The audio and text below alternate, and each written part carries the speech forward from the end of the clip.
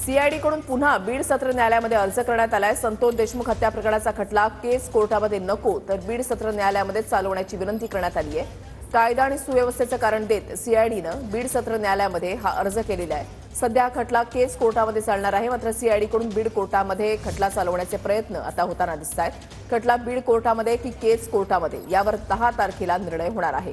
बीड सत्र न्यायालयामध्ये मुख्य न्यायाधीशांसमोर 10 तारखेला सुनावणी होणार आहे। कृष्णा सोनरवाडकर आमचे प्रतिनिधी या संदर्भातली अधिक माहिती देतील। कृष्णा, वृषाली, संतोष देशमुख यांच्या हत्येची घटना ही केज न्यायालयाच्या हद्दीमध्ये घडलेली होती। तिथेच गुन्हा दाखल आहे आणि तिथून नियमानुसार आपण पाहिलं केज कोर्टामध्ये हा खटला जो आहे तो येत्या काळामध्ये चालणार आहे। मात्र सीआयडीच्या वरिष्ठ अधिकाऱ्यांकडून हा खटला बीडच्या सत्र न्यायालयामध्ये चालवण्याचे प्रयत्न जे आहेत ते सातत्यानं सुरू आहेत।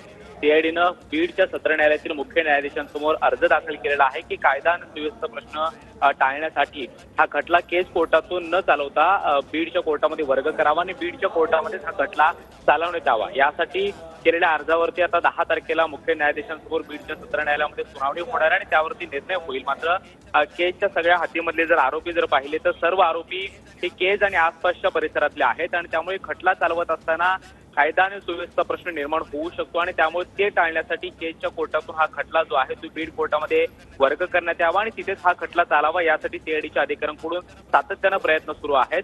10 तारखेला या संदर्भात सत्र न्यायालयातील मुख्य न्यायाधीशांसमोर बीडच्या सुनावणी होईल आणि त्यानंतर यावरती निर्णय होईल। मात्र केज न्यायालयामध्ये खटला चालवायला नको यासाठी सीआयडीकडून हे सगळे प्रयत्न सुरू आहेत आणि बीडच्या सत्र न्यायालयामध्ये हा वर्ग व्हावा आणि तिथेच खटला चालावा यासाठी प्रयत्न सुरू आहेत। या सगळ्या प्रकरणामध्ये विशेष सरकारी वकील म्हणून उज्ज्वल निकम युक्तिवाद करणार आहेत, खटला चालवणार आहेत आणि त्यामुळे बीडच्या कोर्टामध्ये हा खटला चालला जातो की केस कोर्टामध्ये तो चालला जातो हे पाहणं आता महत्त्वाचं असणार आहे। विशाली, नक्कीच धन्यवाद कृष्णा दिलेल्या सविस्तर माहितीसाठी।